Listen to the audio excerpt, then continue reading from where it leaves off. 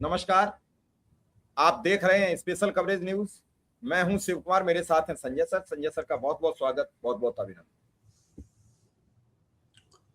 इस देश में परीक्षाएं पहले भी होती थी, पहले भी छात्र थे, पहले भी व्यवस्थाएं थी। ऐसा नहीं था पहले नहीं होती थी, पहले नौकरी नहीं मिलती थी, ऐसा भी नहीं था। लेकिन जैसी आपाधापी पिछले कई सालों से मची है वो नहीं। और उसका सबसे बड़ा कारण है कि बार बार डिफॉल्टर कंपनियों को ही काम प्रोवाइड करना। भाई एनटीए से ऐसा क्या लगा हुआ है प्रधानमंत्री जी का? अरे नहीं कर पा रही है तो संस्था को रद्द करो, फिर सीबीएसई को या यूपीएससी बोर्ड को दे दो, साल 2 साल उन्हें भी करने दो। अगर वो अच्छा करने लगे तो वो करते रहेंगे, पहले भी कराते थे।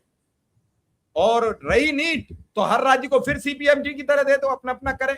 आप क्यों जिद पे अड़े हो कि केंद्र ही कराएगा? अपने अपने राज्य की व्यवस्था देके उससे 2 लाभ होंगे।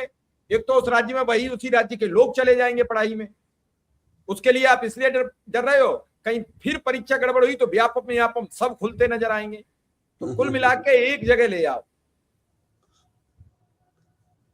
अब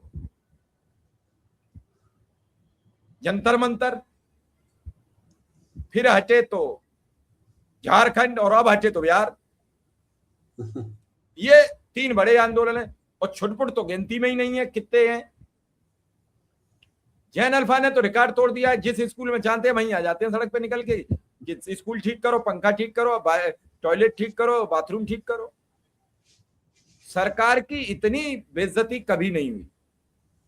और शायद है कि हम ये पहली मर्तबा देख रहे हैं तो हमें कुछ ज्यादा लग रही है। सोशल मीडिया के जरिए सब सामने आ रहा है इसलिए ज्यादा लग रही है। अब सरकार के सामने अभी करो मरो की स्थिति है।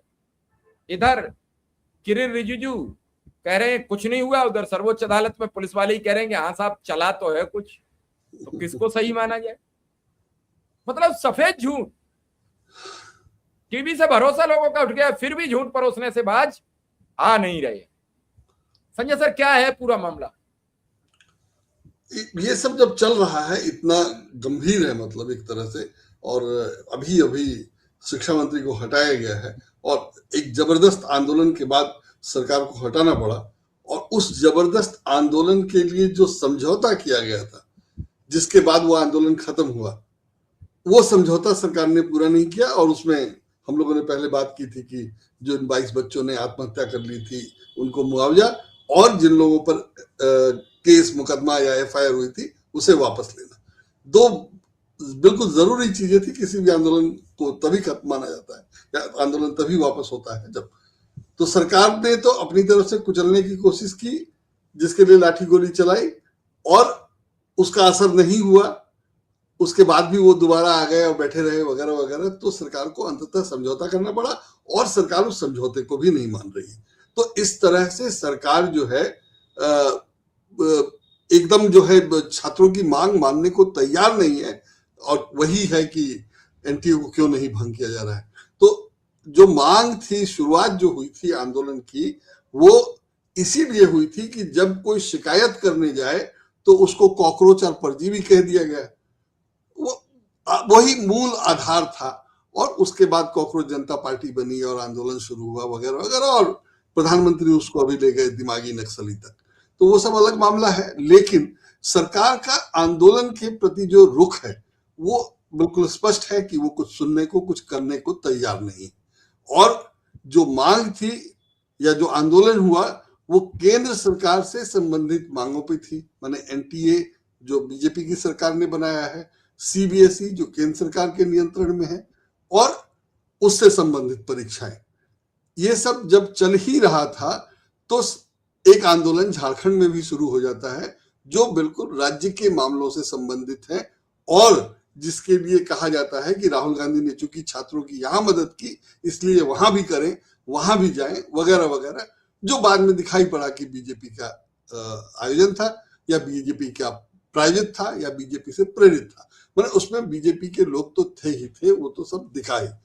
इसके बावजूद वो आंदोलन लगभग, मैंने सरकार ने सारी मांगे मान ली हैं, सब कुछ हो गया है, लेकिन उसमें जो अड़चन है या जो जिच है वो सिर्फ यही कि जांच सीबीआई करे।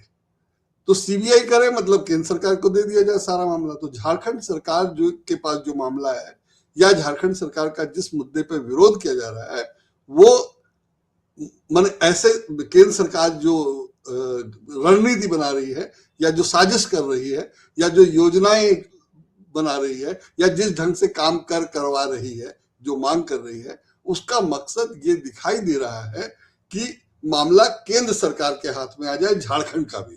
माने बाकी तो जो है सो है ही है, और केंद्र सरकार जो काम नहीं कर रही है वो है ही, अभी उस पर आता हूं। लेकिन ये मांग कर रही है, केंद्र सरकार चाहती है कि सीबीआई की जांच की मांग का मतलब है कि मामला केंद्र के पास आ जाए। और ये भी मांग की गई कि राहुल गांधी झारखंड सरकार का समर्थन वापस ले ले, क्योंकि उसने छात्रों को पिटवाया, क्योंकि वहां भी वही सब घोटाले हैं जो यहाँ। तो यहाँ सरकार सुन नहीं रही है, जो पूरे देश का मामला है या देश के बहुत बड़े हिस्से का मामला है, और सिर्फ झारखंड वाले पे इस तरह से मामले को बनाया जा रहा है कि कांग्रेस समर्थन या मांग की जा रही है, राहुल गांधी पर दबाव बनाया जा रहा है कि वो वापस ले ले ताकि बीजेपी को वहां सहूलियत हो जाए। और दूसरी तरफ जहां राहुल गांधी जब बच्चों की बात कर रहे हैं, छात्रों की बात कर रहे हैं, तो इलाहाबाद में जो हुआ सो हम लोगों ने देखा, देहरादून में जो हुआ सो हम लोगों ने देखा, और अब जब पुणे में कार्यक्रम की घोषणा की गई है तो वहां पुणे में कर्फ्यू लगा दिया गया है अभी से ही। मैंने 22 को शायद रैली की घोषणा की गई थी और यहाँ 22 के आगे तक 25-26 तारीख तक रैली खुद। तो एक तरफ सरकार बुरी तरह घिरी हुई है, फंसी हुई है, और उस पे छात्रों का पूरा दबाव है, लेकिन सरकार उससे निपटने के लिए जो कुछ कर रही है वो बहुत ही हल्का और छिछला नजर आ रहा है। जैसे इलाहाबाद की रैली रोकने की पूरी कोशिश की, हो गया, उसके बाद कहा गया कि उसमें लोग ही नहीं, कुर्सियां खाली थी, जबकि वहां कुर्सियां ही नहीं लगी थी। तो इस ढंग से सरकार अपने खिलाफ आंदोलन को कमजोर करने की कोशिश कर रही है और उसमें पूरी सरकारी ताकत झोंक दी जाती है। ये सब जब चल रहा है तब अभी खबर आई 1-2 दिन पहले कि एनटीए ने जो परीक्षा करवाई थी यूजीसी नेट, उसके 3 पेपर अंग्रेजी, कॉमर्स और सोशियोलॉजी या समाजशास्त्र के प्रश्न पत्र में गड़बड़ी थी। प्रश्न पत्र में गड़बड़ी क्या थी कि उसमें पहले के सवाल एज इट इज बहुत सारे पूछ लिए गए थे। 2024 के सवाल 2026 में भी आ गए, और भी गलतियां थी, स्पेलिंग मिस्टेक और ये सब सारी चीजें थी, और ये सब ऐसा ब्लंडर था जिसके कारण सरकार को परीक्षा रद्द करनी पड़ी। और ये उस आंदोलन के ही समय हो रहा था।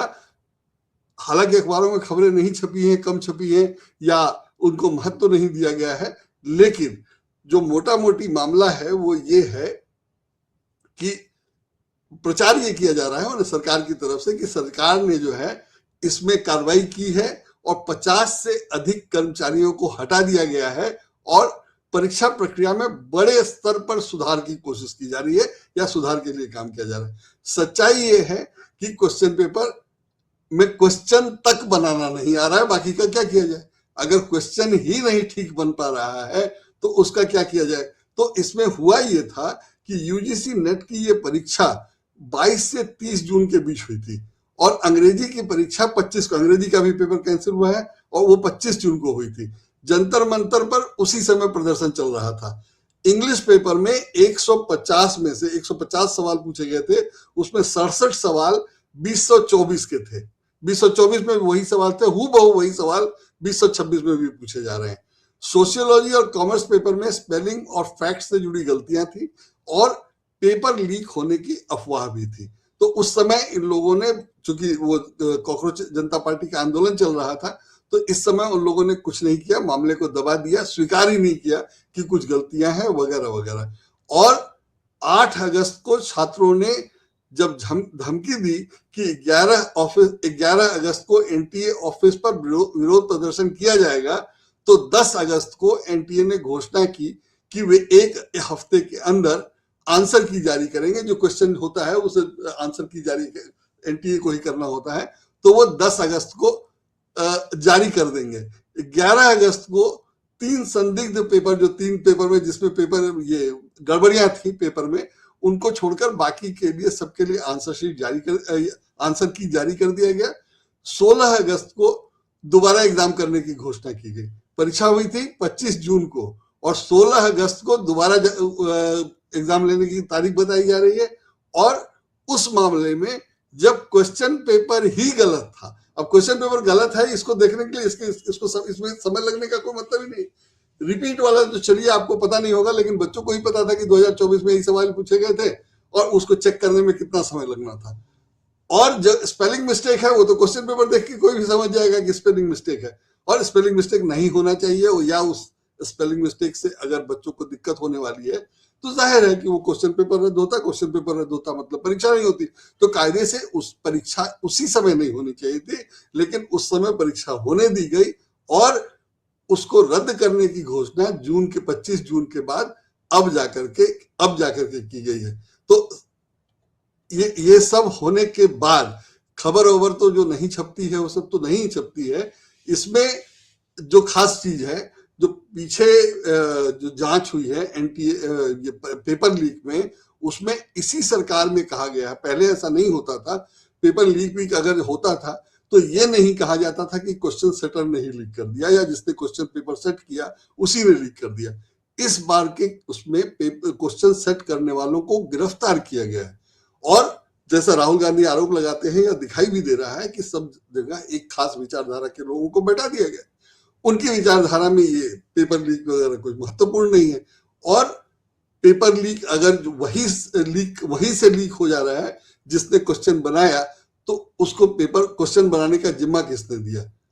वही लोग दे रहे हैं, यही एनटीए कर रहा है। एनटीए का यही काम है कि क्वेश्चन बनवाना, परीक्षा लेना।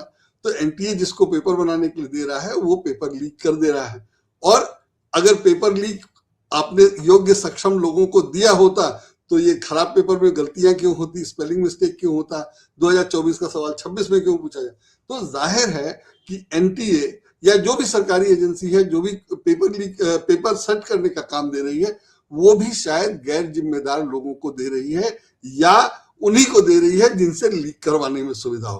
कुछ ना कुछ तो गड़बड़ है, इसमें कोई दो राय नहीं है। और गड़बड़ ऐसी है कि जून 25 में जब पता चल गया कि पेपर में गड़बड़ है तो परीक्षा होने दी गई, और परीक्षा होने के बाद अब जाकर के अगस्त में दोबारा परीक्षा की घोषित की।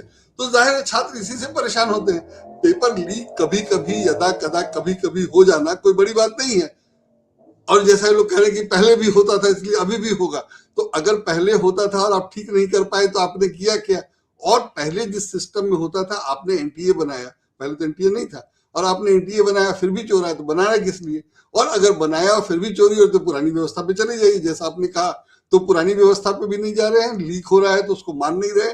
और ये सब करते हुए जब सरकार चारों तरफ से घिर गई और 25 जून का मामला दोबारा कराने की घोषणा अगस्त में हो रही है, तो हम लोगों ने ये देखा कि जब राहुल गांधी आंदोलन कर रहे हैं तो उनको रोका जा रहा है, छात्रों की बात उठा रहे हैं तो, और जब वो नहीं उठा रहे थे या झारखंड के मामले में नहीं जा रहे थे तो उनका मजाक उड़ाया जा रहा था या उन पर दबाव डाला जा रहा था कि झारखंड में नहीं जाना।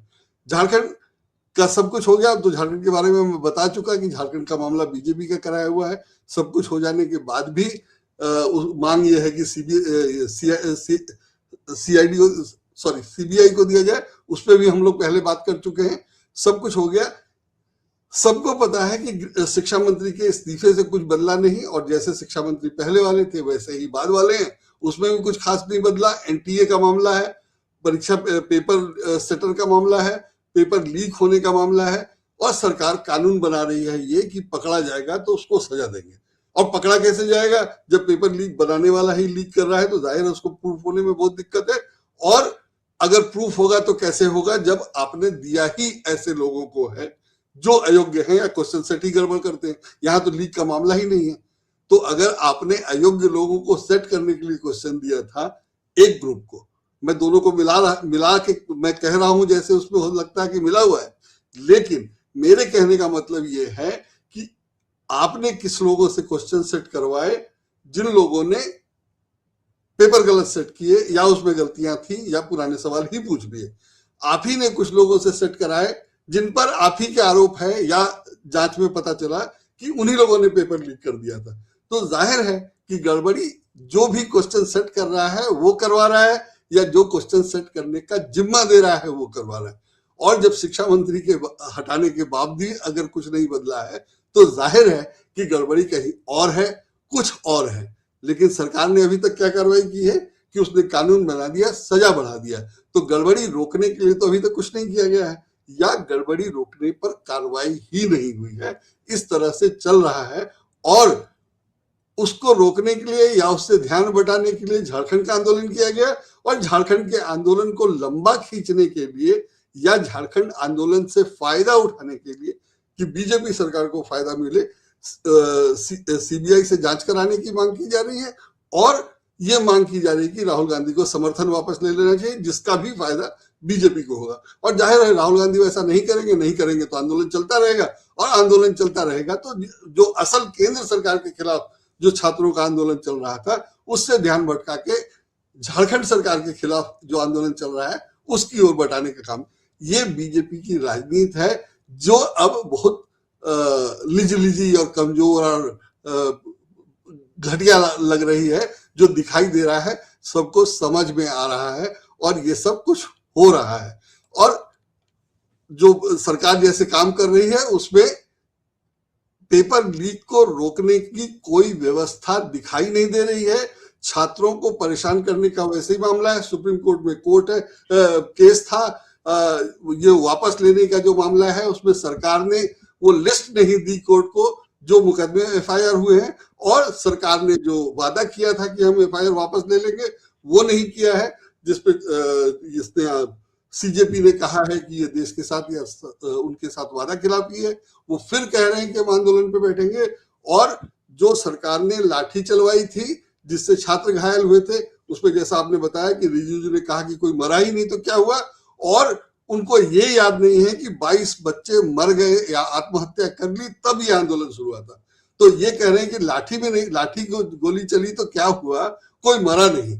तो मार पहले दिए थे और अब कह रहे हैं कोई मरा नहीं, और जिनको लाठी लगी, जिनकी आंख खराब हो गई, जिनको गंद के छर्रे लगे, वो सब क्या कम है, और वो सब क्या सरकार को छूट मिली है। और अगर ये ऐसा ही था तो संसद सत्र के दौरान गृह मंत्री और प्रधानमंत्री आकर क्यों नहीं बोले। तो सारी चीजें हैं, दिखाई दे रहा है कि बीजेपी बिल्कुल गिर गई है, कमजोर फुट पे है, और उसके पास जवाब नहीं है, लेकिन उसको जैसे तैसे घेरने बचने की कोशिश, और उसी में दिमागी नक्सल, ताकि लोग दिमागी नक्सल पे बात करें, मूल मुद्दे पे नहीं बात करें। और मूल मुद्दा ये है कि एनटीए परीक्षा नहीं करवा पा रहा है, कई बार नहीं करवा पाया, उसके लिए आंदोलन हुआ।